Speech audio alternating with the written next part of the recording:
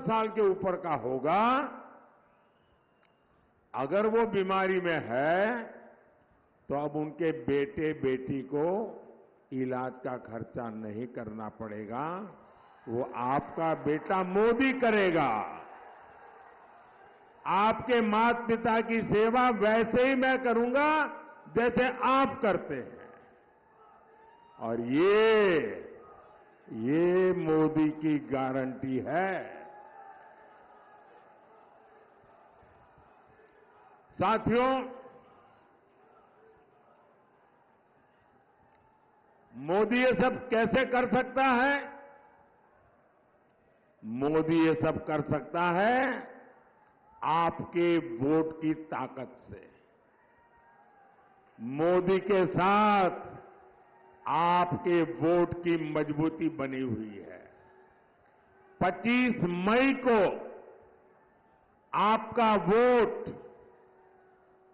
केवल मेरे अनन्य साथी डॉक्टर विनोद कुमार बिंद को, और जब आप वोट देंगे ना विनोद जी को, तो वोट सिर्फ उनको नहीं जाएगा, वो मेरे खाते में आ जाएगा। तो विनोद जी को भारी मतों से जिताएंगे, विजयी बनाएंगे, एक कमल दिल्ली से भेजेंगे। अच्छा, मेरा एक काम करोगे? जरा हाथ ऊपर के बताओ, करोगे? सबके सब बताइए, करोगे? अच्छा, ऐसा करना, यहां से जाने के बाद ज्यादा से ज्यादा घरों में जाना, ज्यादा से ज्यादा परिवारों में जाना और जाकर के कहना कि अपने मोदी जी आए थे, मोदी जी ने आपको प्रणाम भेजा है। मेरा प्रणाम पहुंचा देंगे, हर परिवार में मेरा प्रणाम पहुंचा देंगे। बोलिए भारत माता की, भारत माता की, भारत माता की। बहुत बहुत धन्यवाद।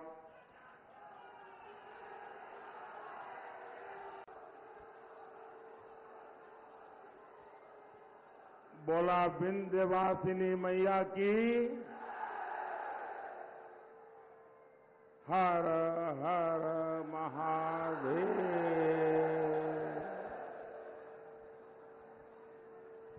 हम सीता मैया, बाबा हरिहरनाथ और सेमराज नाथ के चरण में प्रणाम करत है।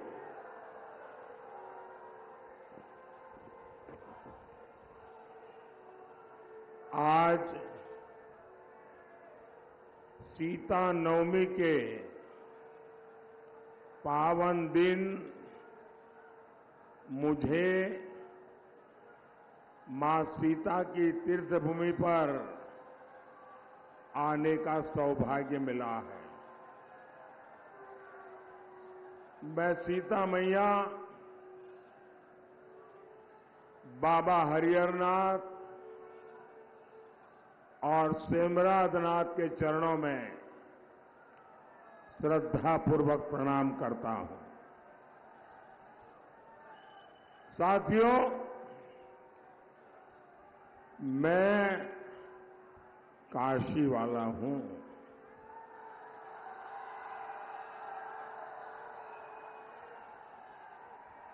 और काशी वालों के लिए तो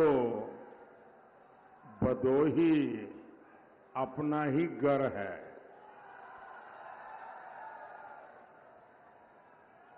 मुझे पक्का विश्वास है कि अगर मैं आपसे कुछ भी न मांगू तो भी आप वोट देकर के भारी बहुमत के साथ यहां से कमल दिल्ली भेजने वाले हैं। लेकिन मैं आज आपके पास आया हूं आपके आशीर्वाद मांगने के लिए।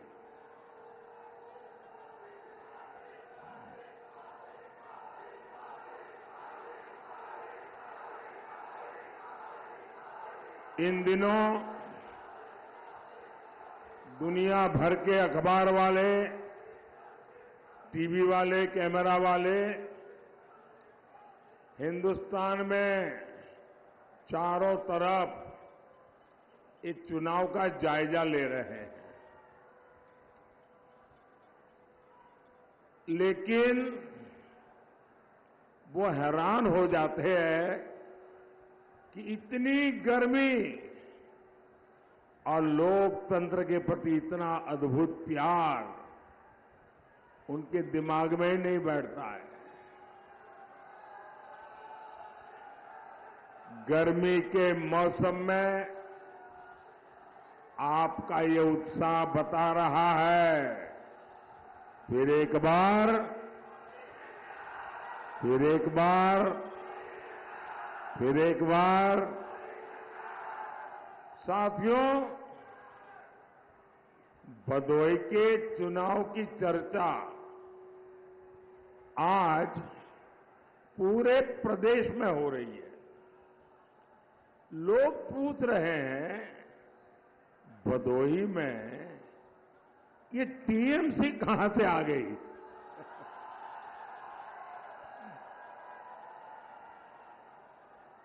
कांग्रेस का तो पहले से ही यूपी में कोई वजूद नहीं था।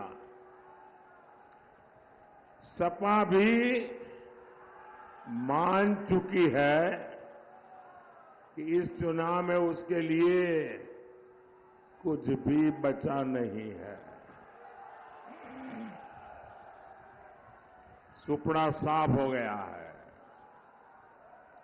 इसलिए भदोही में ये सपा वाले मैदान छोड़ करके ही भाग गए।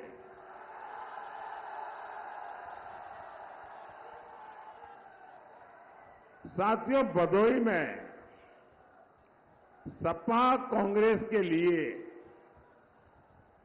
जमानत बचाना भी मुश्किल हो गया।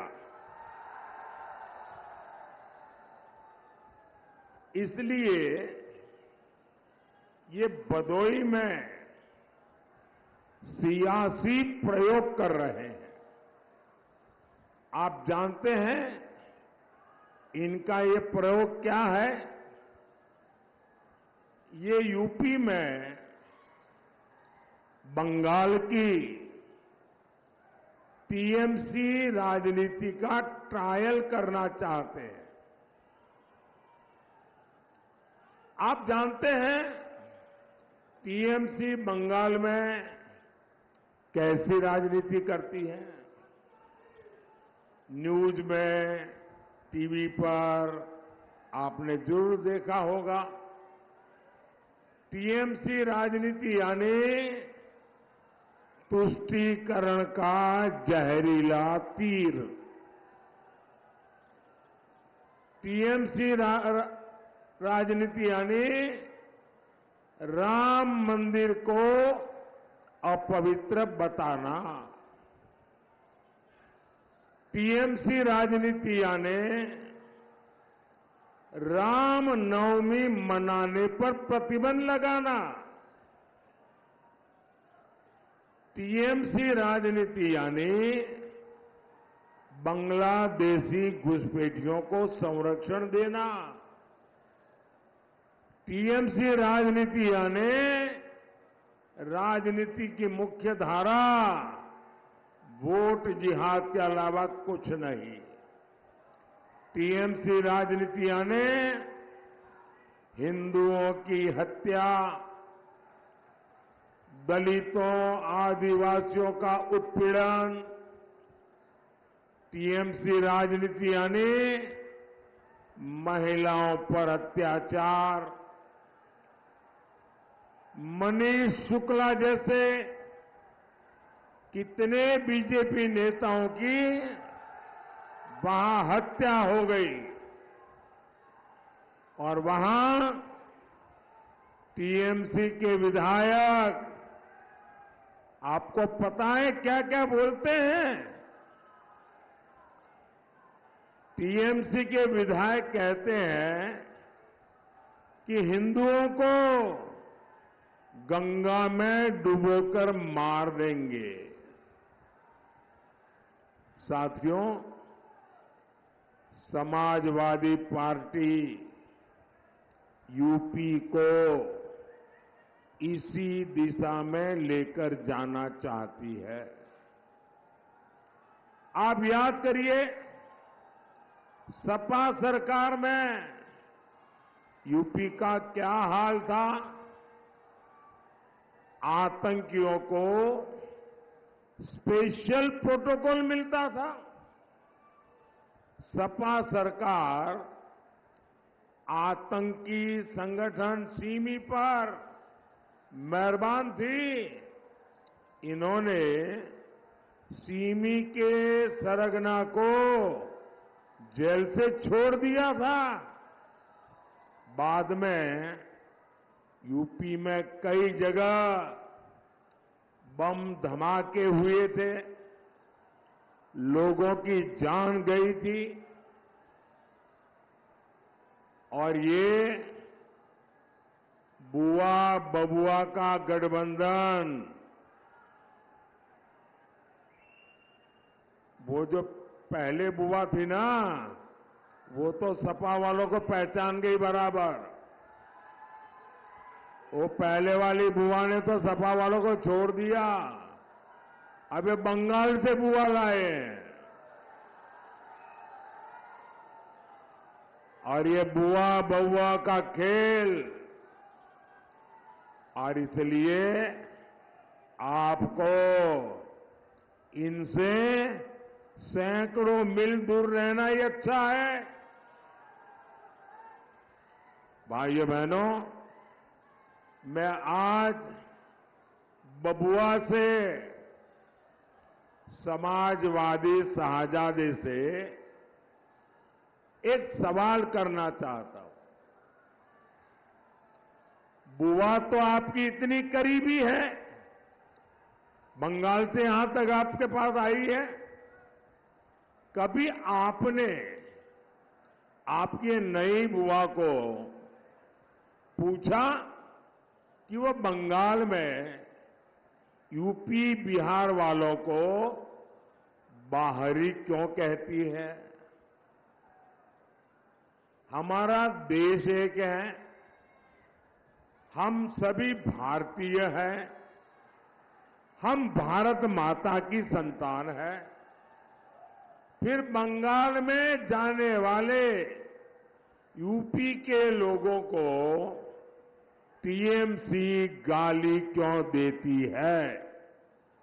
जरा बबुआ अपनी बुआ को जरा पूछ तो लो।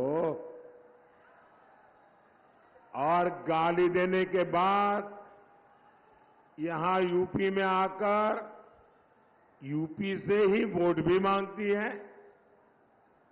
यूपी के लोगों को टीएमसी सपा ने क्या समझ रखा है? साथियों, टीएमसी सपा का वो कौन सी चीज है इनको जोड़ती है? तो उनको जोड़ने वाली एक ही चीज है, वो है तुष्टीकरण।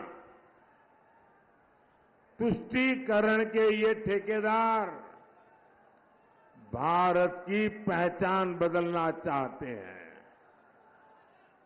ये वही लोग हैं जो कोर्ट में भगवान राम को काल्पनिक बताते थे।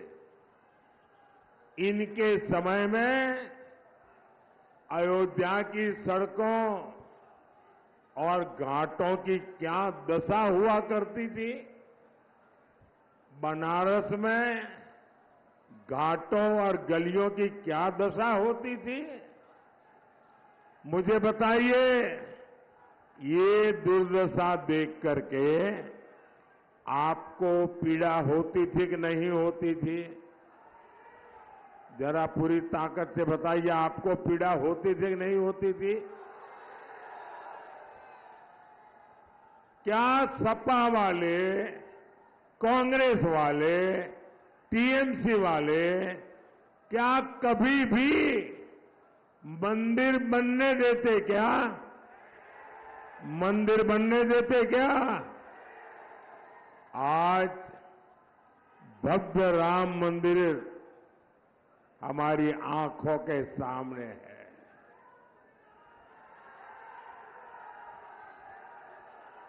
जय श्री राम, जय श्री राम।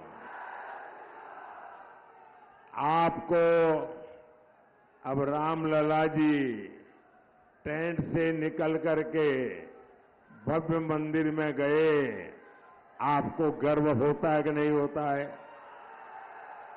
रामलला जब टेंट में थे, हम सबको पीड़ा होती थी कि नहीं होती थी?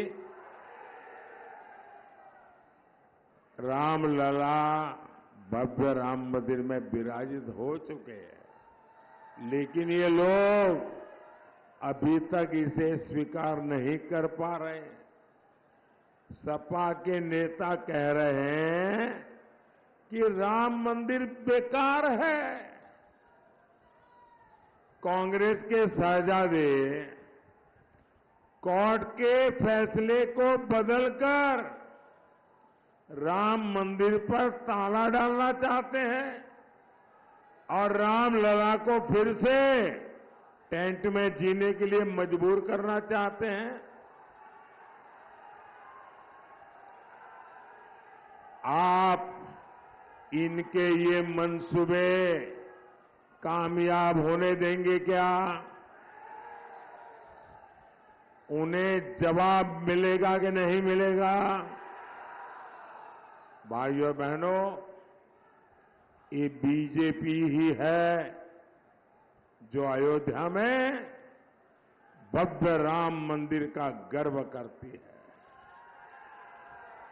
ये बीजेपी है जिसने बनारस में बाबा का धाम संवारा है, और ये बीजेपी ही है जो मां विंध्यवासिनी का धाम भी बनवा रही है। मां विंध्यवासिनी के आशीर्वाद से ये अभियान रुकने वाला नहीं है।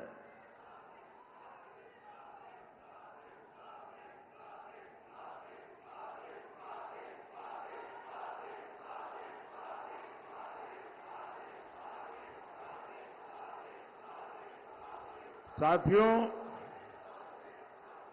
बीजेपी ने दिन रात मेहनत करके यूपी की छवि बदली है। आज यूपी की पहचान एक्सप्रेस वे से हो रही है। यूपी में 6 एक्सप्रेस वे हैं, 5 नए और एक्सप्रेस वे बन रहे हैं।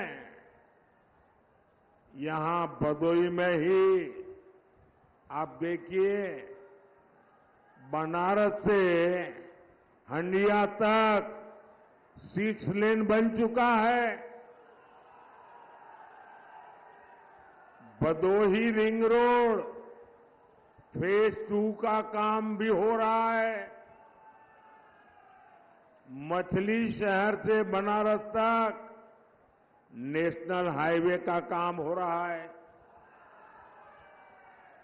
2017 तक यूपी में केवल 7 एयरपोर्ट थे, आज यूपी में 17 एयरपोर्ट है। 17।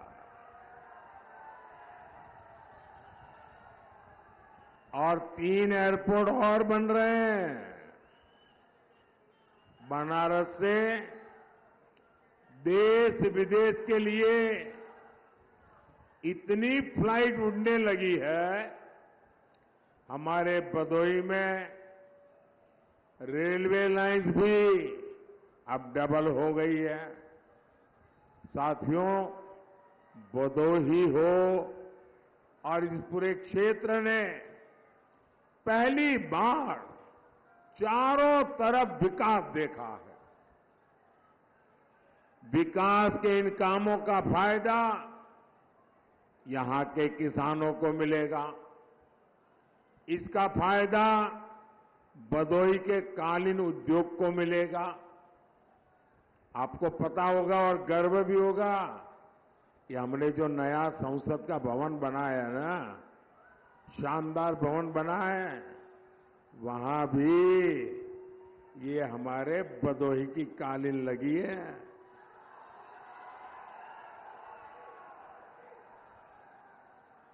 भदोही की कालीन को one district one product, ODOP, one वाली पुलिस में ऊपर रखा गया है।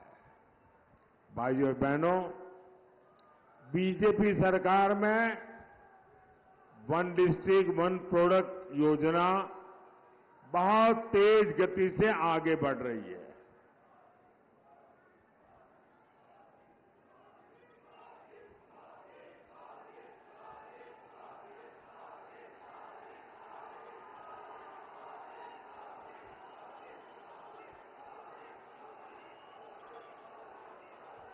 आपका उत्साह पूरा हो जाए उसके बाद मैं बोलूंगा।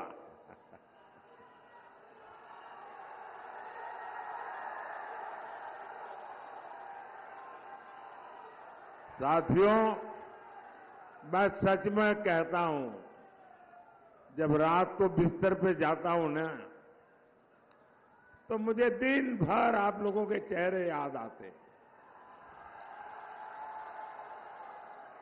जो दिन भर मैंने देखा है, और रात में एक के बाद एक घटना मेरे सामने, और मैं देखता हूं कितना प्यार, कितने आशीर्वाद, अबाल वृद्ध सभी, बच्चे बूढ़े, माताएं बहनें, भाइयों बहनों, ये ईश्वर कृपा के बिना संभव नहीं है। इतना प्यार, इतने आशीर्वाद मां विंध्यवासिनी की कृपा के बिना कैसे हो सकता है भाइयों। तो भाइयों, मैं कह रहा था कि हम vocal for local, one district one product, उस पर जी जान से जुटे हैं। सपा सरकार में क्या था? सपा सरकार में वन डिस्ट्रिक्ट वन माफिया,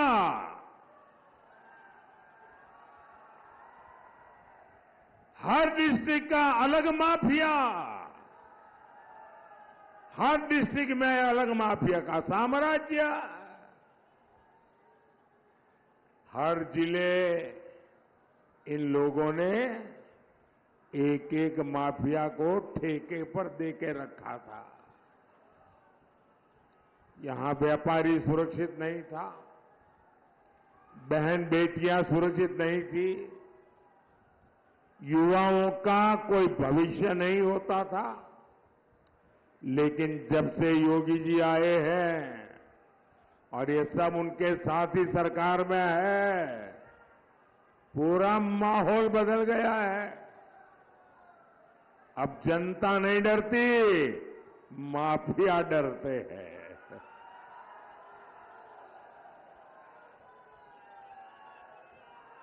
साथियों, सपा कांग्रेस जात पात के नाम पर गांव, गरीब, मजदूर, किसान का वोट लूट लेते थे। फायदा किसको होता था? ये जो वोट उठा करके ले जाते थे ना, मुट्ठी भर उन परिवारों को फायदा होता था। उनकी कोठियां बन गई, बड़े बड़े महल बन गए। उन्होंने किसी गरीब का मकान कभी नहीं बनाया, कभी किसान को कोई फायदा नहीं मिला। हमारी माताओं बहनों की चिंता पहले किसी सरकार ने की है क्या? गरीब की चिंता, गरीब का बेटा जब प्रधान सेवक बना, मेरे लिए सबसे बड़ा काम है गरीब को गरीबी से बाहर निकालना।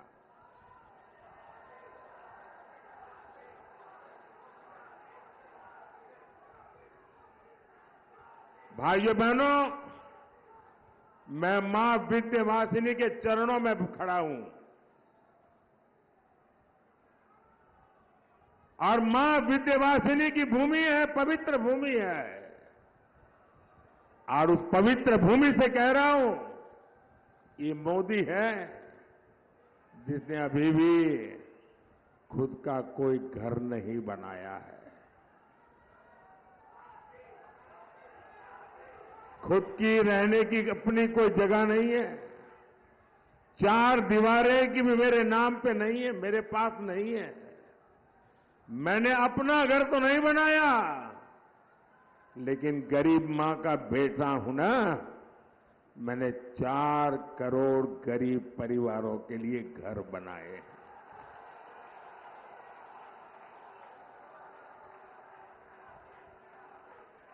मोदी ने देश में 14 करोड़ घरों तक पाइप से पानी पहुंचाया है, और जब मैंने पाइप से पानी पहुंचाया ना, मतलब वो एक सिर्फ पाइप नहीं है, मैंने उन माताओं बहनों की पीढ़ियों की मुसीबतों को खत्म किया है, तब जाकर के माताएं बहनें आशीर्वाद देती। यूपी के 2.25 करोड़ परिवारों को इसका लाभ मिला है। हमने हमारी माताओं बहनों के लिए शौचालय बनवाए, और यूपी ने तो मुझे बताया कि मोदी जी हमारे लिए शौचालय नहीं, हमारे लिए तो इज्जत घर है। और बाद में तो मैं देश भर में कहने लगा कि इज्जत घर कहते हैं हमारे यूपी के लोग। मैं उनकी तकलीफ जानता था। उन्हें धुएं से आजाद करने के लिए मुफ्त गैस सिलेंडर दिए। आज 80 करोड़ लोगों को मुफ्त राशन मिल रहा है। भाइयों बहनों, ये हमारे किसान मोदी के आने के बाद अनाज पैदा करने लगे क्या? मोदी के आने पहले भी तो धान पैदा करते थे ना, अनाज पैदा करते थे ना। ये सोनिया जी की एक रिमोट वाली सरकार चलती थी मेरे आने के पहले। उनको पूछा, सुप्रीम कोर्ट ने कहा कि गरीबों को अनाज दे दो मुफ्त में। उस समय के प्रधानमंत्री ने कहा नहीं, हम गरीबों को एक रत्ती भर भी अनाज नहीं दे सकते हैं,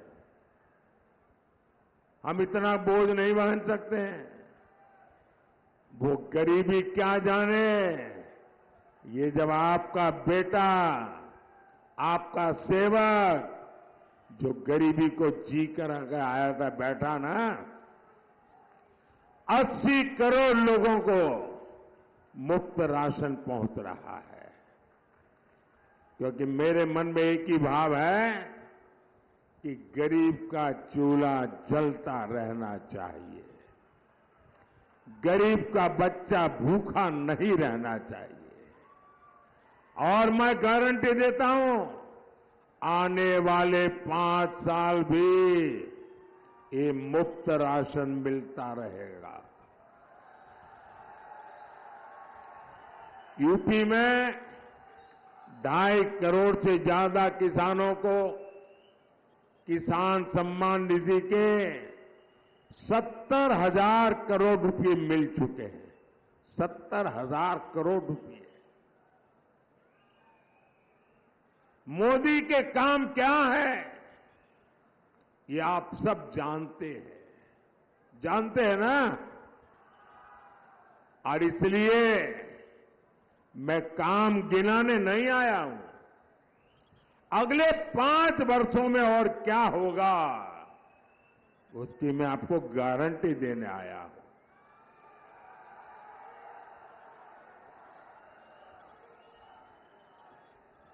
अगले 5 वर्षों में इन योजनाओं से एक भी गरीब छूटेगा नहीं। और आप मेरा एक काम करेंगे। क्यों चुप हो गए? अभी तो बहुत नारेबाजी कर रहे थे। मेरा एक काम करेंगे, जरा हाथ ऊपर करके बताइए, करेंगे? अभी आप गांव-गांव जाते होंगे, अलग अलग मोहल्ले में जाते होंगे, दूर दूर इलाकों में जाते होंगे, कहीं पर भी ऐसे परिवार आपकी नजर में आए जो अभी कच्चे घर में रहते हैं, झोपड़ी में रहते हैं, कोई परिवार ध्यान में आए जिसको नल से जल की योजना का लाभ नहीं मिला है, तो आप उनके नाम पते लिख करके मुझे भेज देना और उनको बता देना कि मोदी जी है ने हमको भेजा है। जब 4 जून के बाद मोदी जी नई सरकार बनाएंगे, उसके बाद जो घर बनेंगे, आपका घर पक्का है उसमें बता देना।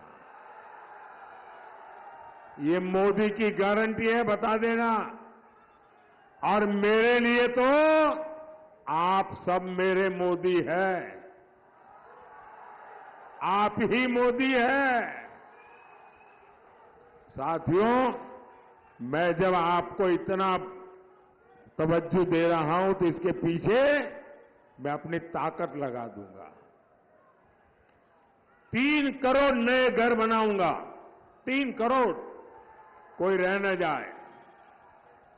भाइयों बहनों, मेरी एक और बड़ी इच्छा है और मैं इसके पीछे लग गया हूं।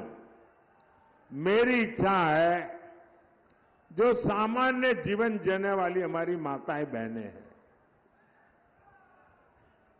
ऐसी 3 करोड़ बहनों को, 3 करोड़ बहनों को मैं लखपति दीदी बनाऊंगा।